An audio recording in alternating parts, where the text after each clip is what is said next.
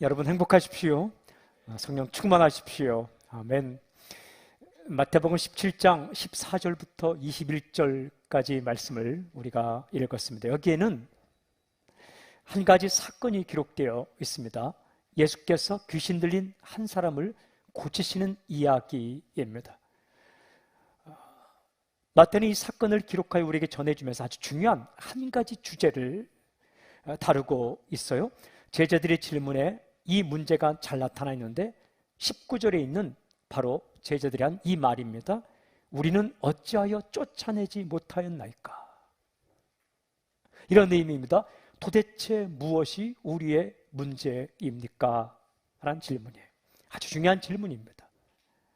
인생의 고비마다, 특히 어려운 순간마다 우리가 던지는 실존적인 질문입니다. 나는 왜 할 수 없었습니까? 나의 문제가 무엇입니까? 라는 질문이에요. 이 질문에 대한 답이 우리가 읽은 말씀에 들어 있습니다. 마태가 전해주는 이야기의 선을 따라가며 또한 동일한 사건을 우리에게 기록하는 마가복음 9장의 이야기를 함께 묵상하면서 주님의 메시지를 듣고자 합니다. 질문이 있어요. 그날 도대체 어떤 일이 일어났는가? 첫째 포인트입니다. 제자들이 중요한 일에서 실패하였다라는 거예요. 14절 16절 제가 읽을게요. 그들이 무리에게 이르매 한 사람이 예수께 와서 꿇어 엎드려 이르되 주여 내 아들을 불쌍히 여기소서. 그가 간질로 심히 고생하여 자주 불에도 넘어지며 물에도 넘어지는지라 내가 주의 제자들에게 드리고 왔으나 능히 고치지 못하더이다. 예수님께서 산에서 내려오셨습니다. 산 위에서 어떤 일이 있었는가요? 예수님이 변형이 되셨습니다. 해처럼 밝게 빛났죠. 모세와 엘리야와 이야기를 나누었고 또한 하늘에서 소리가 들렸습니다. 엄청난 사건입니다. 그 산에서 베드로, 야고보와 요한과 함께 내려왔더니 와서 보니까 산 밑에서 난리가 난 겁니다. 사람들이 웅성거리고 모여 있습니다.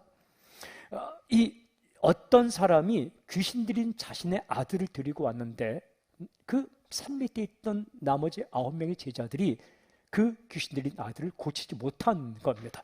예수님께서 내려오자마자 그 아들의 아버지가 예수님께 이렇게 말했습니다. 주여 내 아들을 불쌍히 여겨 주십시오. 그가 간질로 심히 고생하여 자주 불에도 넘어지며 물에도 넘어집니다. 그러면서 결정적으로 이렇게 말합니다. 내가 주의 제자들에게 드리고 왔으나 능히 고치지 못하더이다. 제자들이 고치지 못했습니다. 그의 아들은 어떤 상태였습니까? 귀신 들려서 아픈 상태였어요. 우리가 묵상하고 있는 마태복음을 좀 더 읽어가다 보면 이 아들이 어떤 상태였는지를 알 수 있습니다. 그가 고침받았을 때 이렇게 기록합니다. 18절에 귀신이 나가고, 그러니까 귀신 들려 있었다. 그래서 병이 걸려 있었다. 동일한 사건을 기록하는 마가복음을 읽어보면 마가복음 9장 17절 18절 이렇게 기록되어 있습니다. 선생님 말 못하게 귀신 들린 내 아들을 선생님께 데려왔나이다. 귀신이 어디서든지 그를 잡으면 거꾸러져 거품을 흘리며 이를 갈며 그리고 파리해지는지라 내가 선생님의 제자들에게 내쫓아달라 하였으나 그들이 능히 하지 못하더이다. 병은 두 부류가 있어요. 하나는 그냥 육신적인 연약함으로 나타나는 병입니다. 이러한 병을 귀신 들렸다라고 말하면서 모든 병을 귀신 들린 역사로 생각하면 귀신 내쫓으려면 큰일 나는 겁니다. 하지만 다른 하나는 귀신 들려서 아픈 병입니다. 오늘 이야기에 나오는 그 아들은 귀신이 들리고 병이 들은 상태, 이런 경우에는 귀신을 내쫓아야 병이 낫게 되는 거죠. 하지만 제자들은 귀신을 쫓아내지 못했다라고 우리에게 전해줍니다. 자신들의 주특기에서 실패한 거예요. 아주 중요한 일에서 실패를 하였습니다. 귀신을 쫓아내는 일, 이것은요 예수님께서 제자들에게 주신 특권이며 능력이었어요. 마태복음을 읽어보면 10장 1절에 예수님께 제자들을 보내면 이렇게 말씀하셨습니다. 예수께서 그의 12제자를 부르사 더러운 귀신을 쫓아내며 모든 병과 모든 약한 것을 고치는 권능을 주시니라. 예수님께서 제자들에게 귀신을 쫓아낼 수 있는 권능을 주셨다. 그리고 귀신을 쫓아내며 병 고치는 능력을 주셨다. 그런데 하지만 제자들은 이 일에서 실패를 하였습니다. 이 사건을 제자들의 1인칭 독백으로 옮기면 이렇게 옮길 수 있으면 나는 중요한 일에서 실패하였다. 여러분, 자신에게 주어진 아주 중요한 사역, 그것도 남들과 다르게 나에게 주어진 특권과 같은 그런 일에서 나의 주특기에서 실패했을 때 어떤 생각이 들까요? 저는 이런 생각이 들었습니다. 얼마나 당황했을까? 얼마나 자존심이 상했을까? 최선을 다했는데도 결과가 나타나지 않을 때 자신에 대해 얼마나 실망했을까? 사람은요, 자기가 자신이 있는 부분에서 실패하면 자존심 상하는 거예요. 자존심 상해야 돼요. 자신이 정말 잘할 수 있고 잘해야 하고 남들과 다르게 주특기라 생각하는 일에서 실패했음에도 불구하고 자존심도 상하지 않고 뭐 그럴 수 있지 뭐 대충 이거 문제 있는 거예요. 자존심 상하고 마음 슬프고 그런 거예요. 살다 보면 그럴 때가 있습니다. 자신의 고유한 부분이라고 생각했는데 누구보다 잘할 수 있는 일이라고 생각했는데 거기에서 실패를 할 때가 있는 거죠.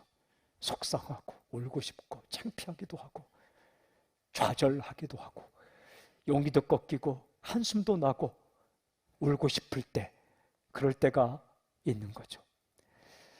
하지만 그럴 때 꼭 기억할 것이 있어요. 그럴 수 있다는 것을 먼저 인정을 해야 돼요. 제자들도 그랬습니다. 어느 누구도 피해갈 수 없어요. 너무 실망하지는 마십시오.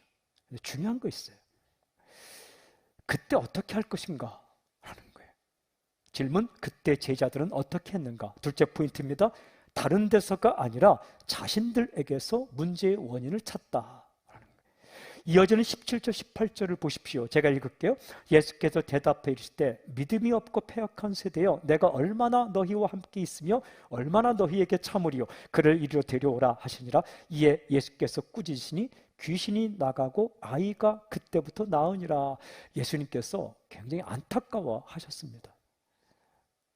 이렇게 말씀하시는 믿음이 없고 패역한 세대여 내가 얼마나 너희와 함께 있으며 얼마나 너희에게 참으리요. 이게 무슨 말씀입니까? 지금쯤이면 이런 일 해야 되지 않아? 이런 말씀입니다. 언제까지 내가 기다려야 되니? 이런 말씀이에요. 그리고는 이렇게 말씀하셨어요. 그를 이리로 데려오라. 아들을 데려갔습니다. 예수님께서 귀신을 쫓아내셨어요. 꾸짖으셨습니다. 어떻게 되었습니까? 성경 이렇게 기록합니다. 귀신이 나가고 그 아이가 그때부터 나으니라. 귀신이 나갔습니다. 아이가 그때부터 나았습니다. 문제가 해결되었어요. 저는 이렇게 적어놨습니다. 예수님은 하였고 제자들은 못했다. 그러니까 이게 불가능한 일이 아니었다라는 거예요. 귀신 쫓아내고 이 아이를 고치는 일은 할 수 있는 일이다. 예수님은 하셨고 제자들은 못했다. 이 상황에서 제자들이 어떻게 할까요? 이어지는 19절 이렇게 기록되어 있어요. 이때 제자들이 조용히 예수께 나와 이르되 우리는 어찌하여 쫓아내지 못하였나이까? 제자들이 조용히 예수님께 물었어요. 우리는 어찌하여 쫓아내지 못하였나이까? 이 질문이 굉장히 중요해요. 우리는 왜 쫓아내지 못했습니까? 우리는 무엇이 문제입니까? 두 가지 포인트가 여기 있어요. 하나는 자신의 실패를 인정했다라는 거예요. 쫓아내지 못했다.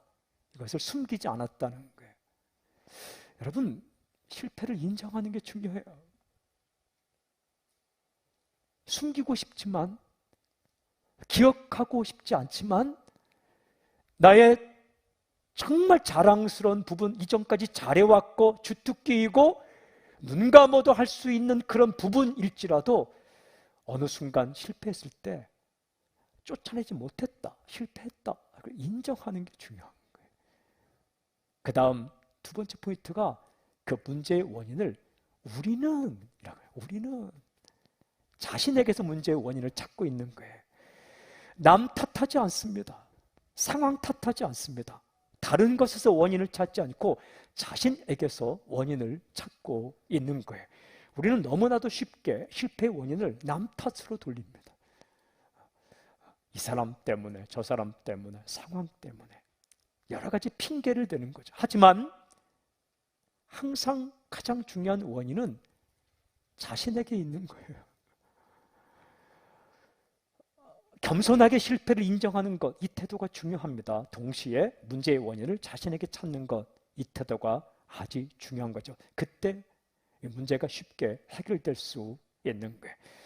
이 관계가 틀어지고 어려워지면 남 탓하기 바쁘죠. 하지만 그럴 때일수록 다른 사람의 눈에 있는 티를 보기 전에 내 눈 속에 있는 들보를 먼저 보는 것이 아주 중요합니다.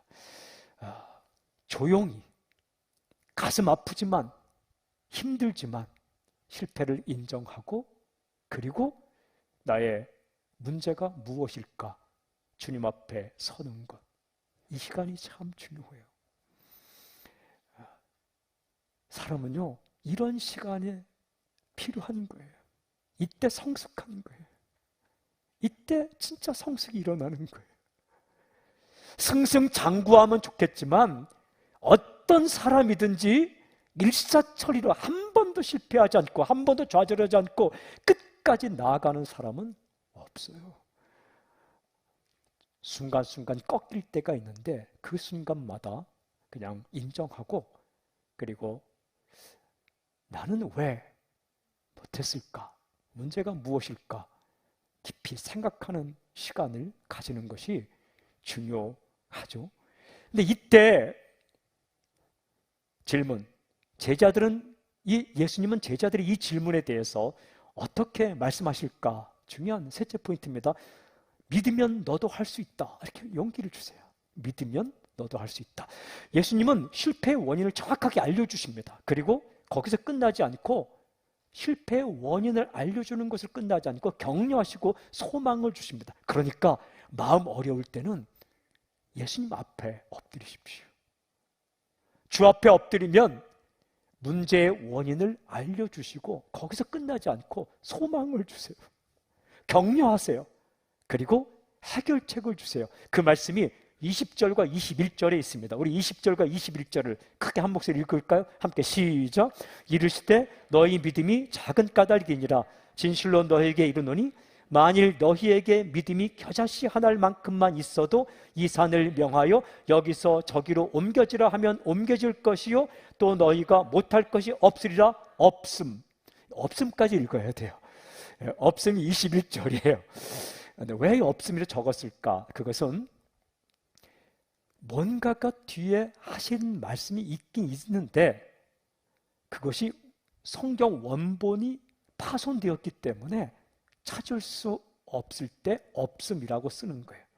뭔가가 있긴 있는데 문맥상 있는데 도저히 찾을 수 없을 때 상상에 쓸 수는 없고 거짓말이니까 쓸 수 없을 때 없음 써놓는 거예요. 굉장히 중요한 부분. 아마 이 부분에는 마태복음에는 없지만 마가복음에 기록된 내용이 여기 있을 것이다 라고 어떤 학자들은 상상을 하는 거죠. 일단 20절에 하지만 21절을 우리가 알지 못하도록 20절 한 절로라도 충분히 내용을 알 수 있는 거죠. 20절에 예수님께서 말씀하신 실패의 원인이 이렇게 기록되어 있어요. 너희 믿음이 작은 까닭이니라. 너희 믿음이 작은 까닭이니라. 믿음이 작았기 때문이다. 정확하게 짚어주세요. 그러니까 기술 부족이 아니라는 거예요. 지식 부족도 아니었다는 겁니다. 그리고 방법론의 문제도 아니었다. 장소의 문제도 아니었다. 꼭 귀신을 쫓아내려면 교회로 들어가야 된다. 그것도 아니었다. 시간대의 문제도 아니었다. 중요한 것은 믿음 부족이었다라고 예수님께서 짚어주십니다. 그러면서 주님께서 이렇게 말씀하세요. 진실로 너희에게 이르노니 만일 너희에게 믿음이 겨자씨 하나만큼만 있어도 이 산을 명하여 여기서 저기로 옮겨지라 하면 옮겨질 것이요 또 너희가 못할 일이 없으리라. 원인만 분석해 주시지 않고 아주 중요한 말씀하셨어요. 저는 이 말씀을 읽을 때에 저에게 이렇게 들렸어요. 믿으면 너도 할 수 있다. 이렇게 들렸어요. 겨자씨 하늘만큼만 믿음이 있어도 이 산더러 저더러 저쪽으로 옮기려 하면 옮길 것이고 내가 못할 것이 없을 것이다. 이런 말씀을 하셨죠.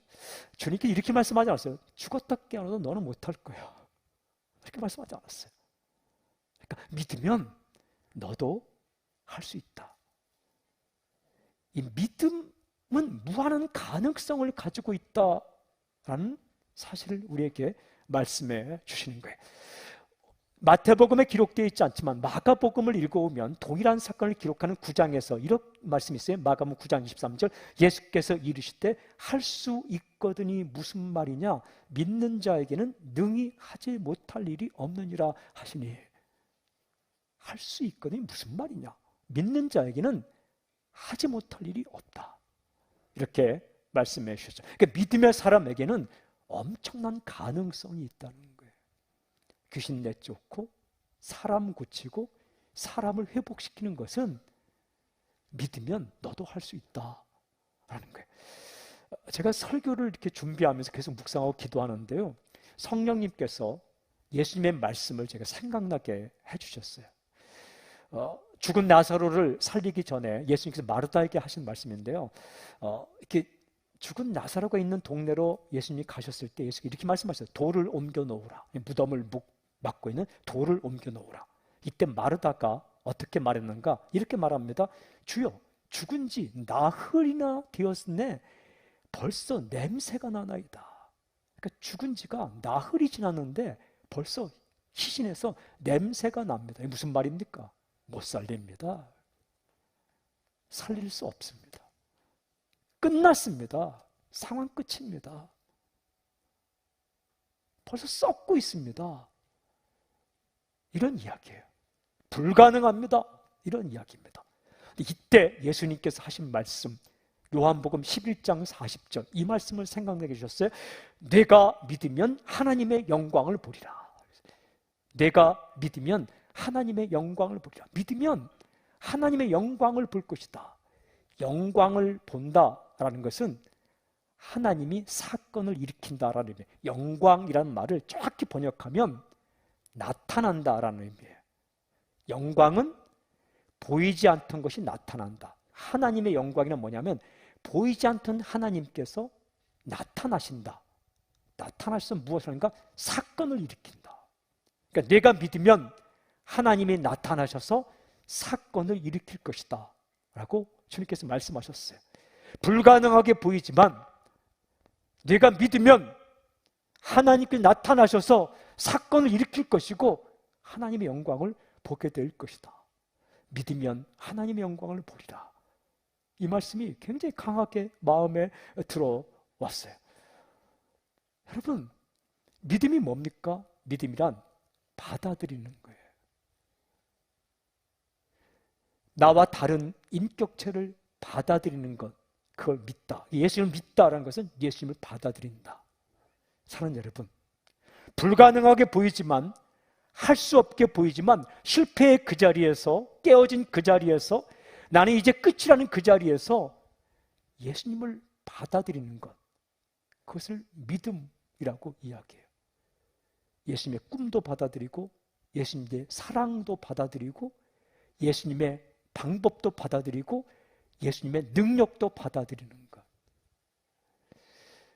우리는 어떻게 생각하느냐 하면 내가 정말 어떤 일을 잘하다가 교만으로 실패하면 더 이상 그 일을 할 수 없을 것처럼 두려움이 생겨요. 그때 믿음이 뭔지 아십니까? 여러분, 예수님은 한 번 실수했다고 실패했다고 사람 버리지 않아요. 사람은요, 사람이 막 잘난 척하다가 자신이 가장 잘하는 부분에서 실패하면 사람은 어떻게 합니까? 잘 됐다고 여기는 게 사람이에요. 잘난 척하더니 아닌 것처럼 점잖게 앉아있지만 우리가 잘난 척하다니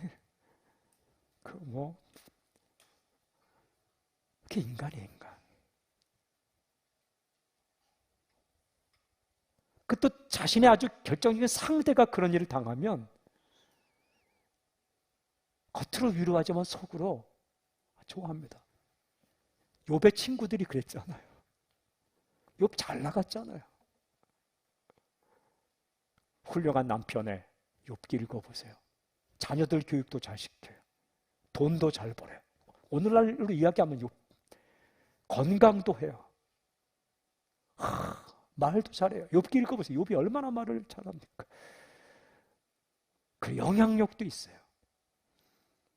욥이 덜컥 병에 걸리고 아프니까 여러분 그 많은 말 가운데 가장 괜찮게 여긴 사람 친구들이에요. 친구들이 와서 너 잘못했으니까 고난받지 내가 무슨 의인이냐 이렇게 말하잖아요. 그게 인간이잖아요. 그리고 사람이 실패하면 가장 득달같이 달려들어 우리의 정신을 강타하고 우리를 낙심시키는 게 그게 사탄이에요. 사탄. 꼴 좋다. 뭐 믿는다고 하더니 너도 별 수 없구나. 특별히 굉장히 기도하고 성실하게 살던 사람이 실패하면 그때 그 사람의 마음을 공격하면서 어둡게 만드는 존재가 사탄이에요. 이렇게. 네가 그러고도 뭘 리더냐? 내가 했던 말, 너 그렇게 살더니 그래. 하지만 인간은 실패의 그 지점에서 우리의 마음을 낙담시키지만 사탄은 우리가 넘어진 그 자리에서 득달같이 달려들어 더 아픈 데를 더 강타하지만 예수님은 어떤 분인가? 다시 기회를 주시기를 원하시는 분이에요. 요한복음 21장에 보면 배반하고 도망간 베드로에게 다시 기회를 주시잖아요. 그 예수님을 받아들이는 것, 그 믿음이에요. 나는 다시는 일어날 그 기회가 없을까요? 나 같은 사람을 예수님이 다시 용납해? 그건 내 생각이고 대중가요 가운데 그건 네 생각이고 주님의 생각을 받아들이는 거예요. 주님의 생각은 100번 실패해도 70번씩 7번 실패해도 용서하고 받아들이길 원하는 게 주님의 생각이잖아요. 그걸 받아들이는 게 믿음이에요. 가망성이 없어 보일지라도 천지를 만드신, 하늘과 땅을 만드신, 천지를 창조하신 우리 주님은 능력이 있기 때문에 가능성이 있는 그 주님의 능력을 받아들이는 거예요. 이 믿음이에요. 불가능의 가능성이 우리 주님이세요. 그게 믿음이에요. 믿고 받아들이면 그분의 말씀도 받아들이고 꿈도 받아들이고 사랑도 받아들이는 거예요. 그러면 사랑을 받아들이는 게 굉장한 믿음이에요. 남이 뭐 해준다 그러면 잘 받으십시오. 선물 준다면 아니라고 거절하고 나서 괜히 받을 걸 하지 말고 받아들일 줄 알아야 돼요. 그럼 믿음이라는 게 내가 혼자 잘 살고 뭐 헌신 많이 하고 그것보다 중요한 게 주님이 나를 사랑한다는 걸 그냥 받아들이는 거예요. 주님이 나에게 기회를 주시겠다는 걸 받아들이는 거예요. 주님이 하시면 모든 걸 할 수 있다는 걸 받아들이는 거예요. 그게 믿음이에요. 근데 믿으면 하나님의 영광을 보게 될 것이죠. 왜? 예수님께서 일하시기 때문에 그런 거예요. 요한일서 5장 4절 보면 무릇 하나님께로부터 난 자마다 세상을 이기느니라. 세상을 이기는 승리는 이것이니 우리의 믿음이니라.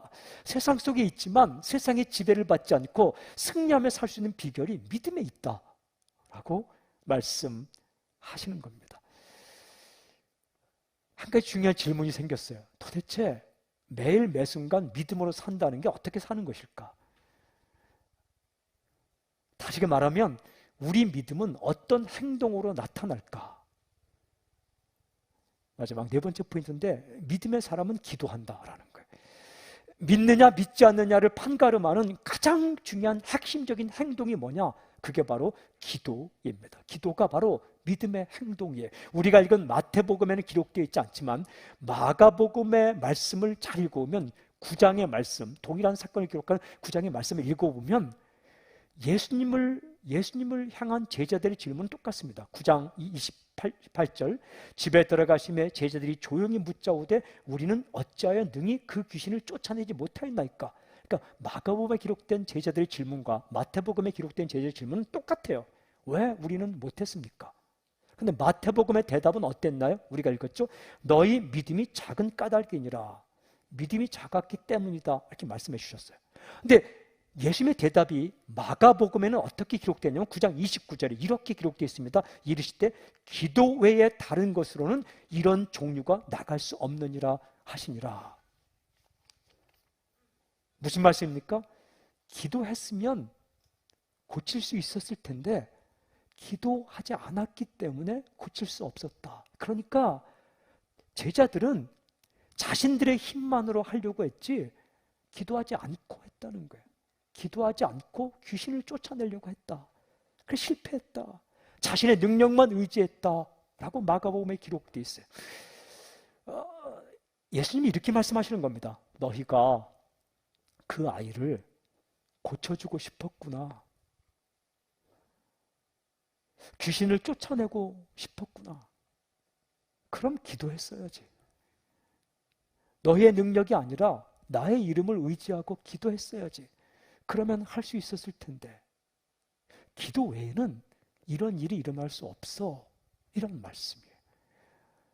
분명히 두 가지 말씀을 다 하셨을 거예요. 마태복음에 기록된 너희 믿음이 작은 까닭이니라. 마가복음에 기록된 기도 외에 다른 것으로는 이런 종류가 나갈 수 없느니라. 그러니까 동일한 상황에서 마태복음 믿음이라는 것에 포커스를 두었고 마가는 기도에 포커스를 두었어요.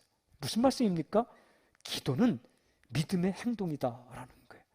우리가 이 땅에 살아갈 때 믿는다, 믿지 않는다 할 때 그것을 판가름하는 우리의 행동이 뭐냐? 기도하느냐, 기도하지 않느냐. 기도하지 않고 내 능력만으로 실패. 기도함으로 말미암아 주님의 능력을 의지하고 주님의 뜻을 받아들이고 그때 주님께서 하신 일을 우리도 할 수 있다라는 겁니다. 사랑하는 여러분, 우리가 크리스찬이라고 말하잖아요. 그리스도를 따라가는 사람. 크리스찬은 그리스도를 따라가는 사람, 그리스도에게 속한 사람. 네. 교회는 예수님을 믿는 사람들의 모임, 그리스도인들의 모임. 우리에게 주어진 주특기가 뭡니까? 그러니까 믿지 않는 사람들과 구별되는, 믿지 않는 사람들에게는 없고 우리에게는 있는 주특기, 정말 중요한 일이 뭘까요? 교회에게, 특별히 예수님 믿는 당신에게 오래 믿었던, 짧은 기간 믿었던, 정말 교회 예배를 뭐 한 달에 한 번 나오든 12번 나오든, 한 달에 12번 못 나오죠. 4번 나오든 1년에 12번 나오든, 믿는 사람에게 주어진 주특기, 정말 중요한 일, 그 일이 뭘까요? 돈을 버는 일 굉장히 중요해요. 여러분 열심히 일하십시오. 저는 크리스천은 성실해야 된다고 믿고 있는 사람이에요. 회사 생활 하더라도 예수님 믿는 사람은 남들보다 열심히 일해야 돼요. 내가 사장이 아니라고 대충대충 일하면 안 돼요. 마치 내 일처럼 최선을 다해 일하는 사람들이 크리스천이에요. 자신의 분야에서도 어떤 일을 하든지 세상 일 따로 있고 주님 일 따로 있고, 이게 세상과 그 거룩한 것을 이분법하지 말고 자신에게 맡겨진 일을 최선을 다해 하는 것, 이게 크리스천의 아름다운 태도예요. 자신의 분야에서 정말 실력을 갈고 닦아서 아주 경제에 이르는 일, 이거 크리스천들이 해야 할 일이에요. 하지만 뭐 돈 벌고 뭐 여러 가지 일을 하고, 그거 믿지 않는 사람들 다 하는 일입니다. 중요한 일이지만 다 해요. 하나님의 사람에게, 구별된 사람에게, 거룩한 사람에게 하나님께서 핀셋을 뽑듯이 선택한 당신에게 주어진 가장 중요한 일, 정말 이 일을 하면 보람되고, 이 일을 할 때 하나님의 영광이 드러나고, 이 일을 할 때 뭔가 세상이 다르구나 느낄 수 있는 그 일이 뭘까? 그것은 사람을 회복시키는 일이에요. 가슴 아프고 힘들고 울고 있고 어려운 사람을 일으키고 세우고 살리는 일, 그게 예수님께 제자들에게 주신 주특기였어요. 중요한 일이었어요. 그 일에서 실패하는 거죠. 근데 우리가 어떻게 그런 일을 할 수 있을까? 주님 이렇게 말해요. 믿으면 너도 그 일을 할 수 있다. 우리가 믿음으로 기도할 때 사람을 변화시킬 수 있다는 거예요. 우리 생각에 다른 사람 다 변해도 우리 부모님은 변하지 않을 거야. 절대 예수 믿지 않을 거야. 어떻게 3, 4대 그 다른 종교를 믿은 우리 부모님이 변할 수 있을까? 그 마르다가 한 것처럼 죽은 지 나흘이나 되었고 지금 냄새가 나나이다 말한 것처럼 불가능합니다. 다른 사람 몰라도 내 친구, 그 친구만은 변하지 않을 거야. 오히려 다른 사람 몰라도 나의 이 성품은 변하지 않을 거야. 그 불가능하게 보이는 사람이 변하고 살아나는 일이 어떻게 일어날 수 있을까? 주님은 우리에게 말씀하시는 거예요. 믿음 그리고 기도다. 믿으면 너도 할 수 있다 라고 말씀하시는. 사랑하는 여러분, 사람을 만드신 분이 하나님이세요. 천지 만물을 창조하신 분이 하나님이세요.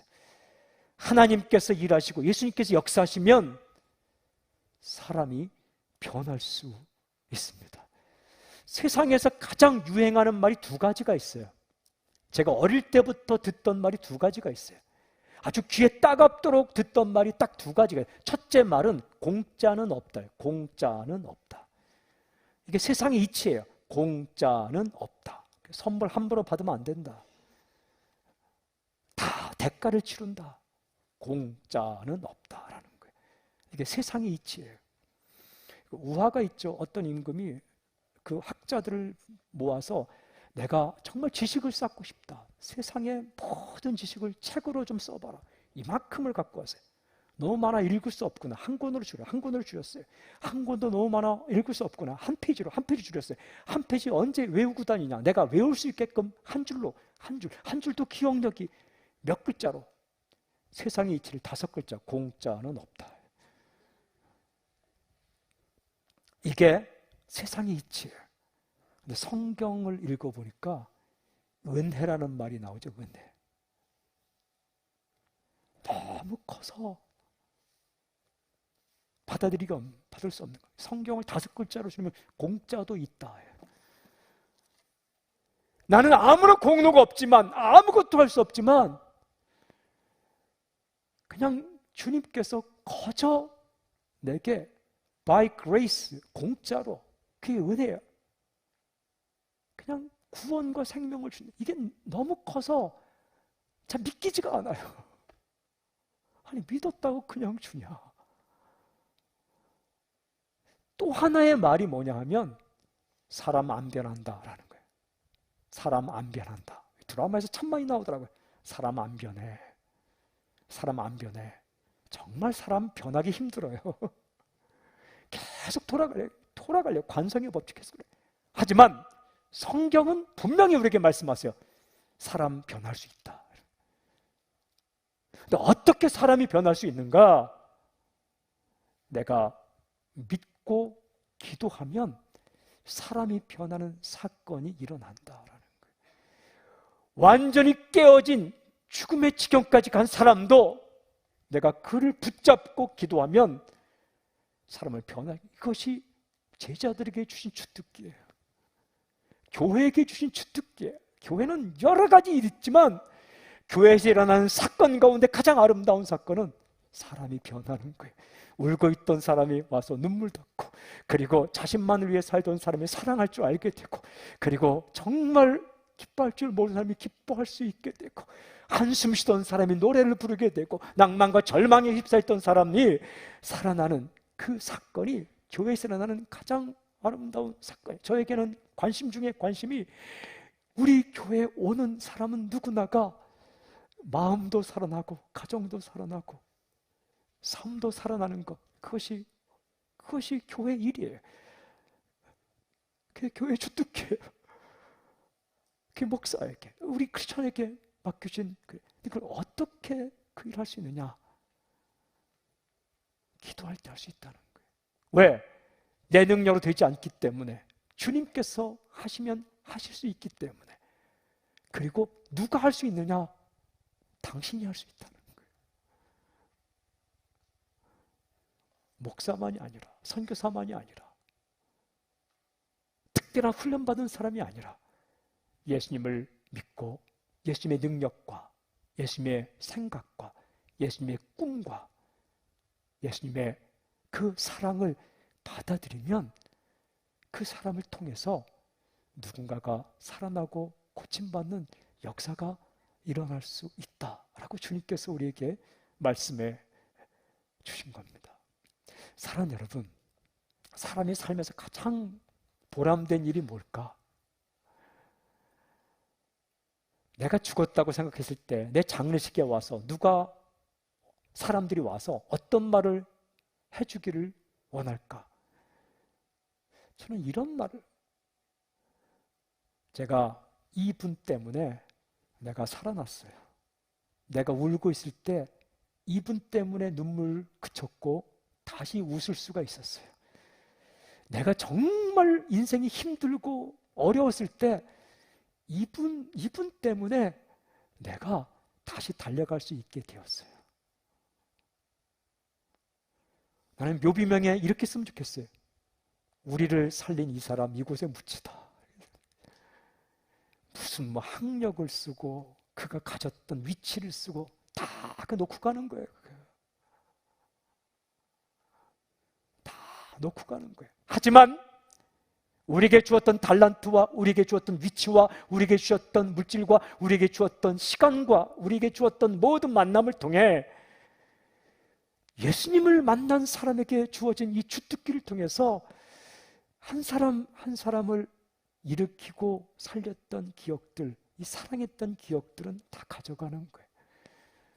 근데 그 일을 할 수 있는 그 방법이 뭐냐? 주께서 우리에게 믿으면 너도 할 수 있다는 거예요. 돈만 가지고 못 한다는 거예요. 실력만 가지고 안 된다는 거예요. 말 가지고 안 된다는 거예요.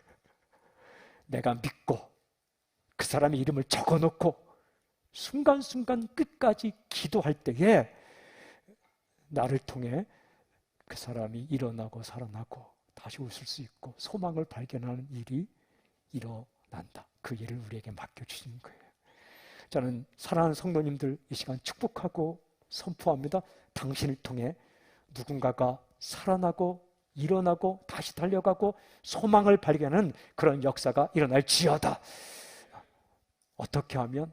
딱 심플해요. 원띵, 한 가지. 기도하는 거예요. 어떻게? 믿음으로 기도하는 거예요. 세상 사람은 불가능하다 하는 일에 할 수 있거든이 무슨 말이냐? 믿는 자에겐 능치 못한 일이 없다. 하나님이 바꾸시면 바뀌는 거예요. 하나님이 변화시키면 변화시키는 거예요. 하나님이 마음 바꾸면 바꾸는 거예요.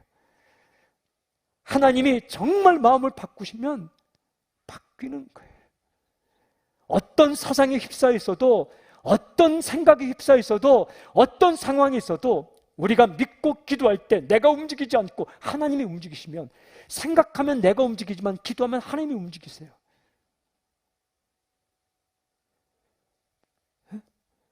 생각만 하면 내가 일하지만 기도하면 하나님께서 움직이기 시작하는 거예요. 내가 하면 내 능력의 범위 안에서만 일어나지만 기도하면 하나님의 능력의 범위 안에서 일어나는 거예요. 기적도 가능해요. 여러분, 기적은 내 능력 범위 안에서는 불가능이지만 하나님의 능력 안에서는 가능한 거예요. 하나님의 능력 안에서는 기적은 자연스러운 거예요. 하나님은 하실 수 있기 때문에.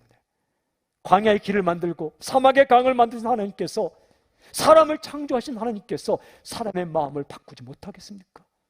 지금도 울고 있는 누군가가 있다면, 지금도 어둠의 영에 휩싸여 있던 당신 주변에 누군가가 있다면 그의 이름을 적어놓고 우리가 믿고 기도하기 시작할 때 하나님께서 역사하셔서 당신을 통하여 그 사람이 살아나고 변하고 일어나는 놀라운 사건이 있을 줄로 믿습니다.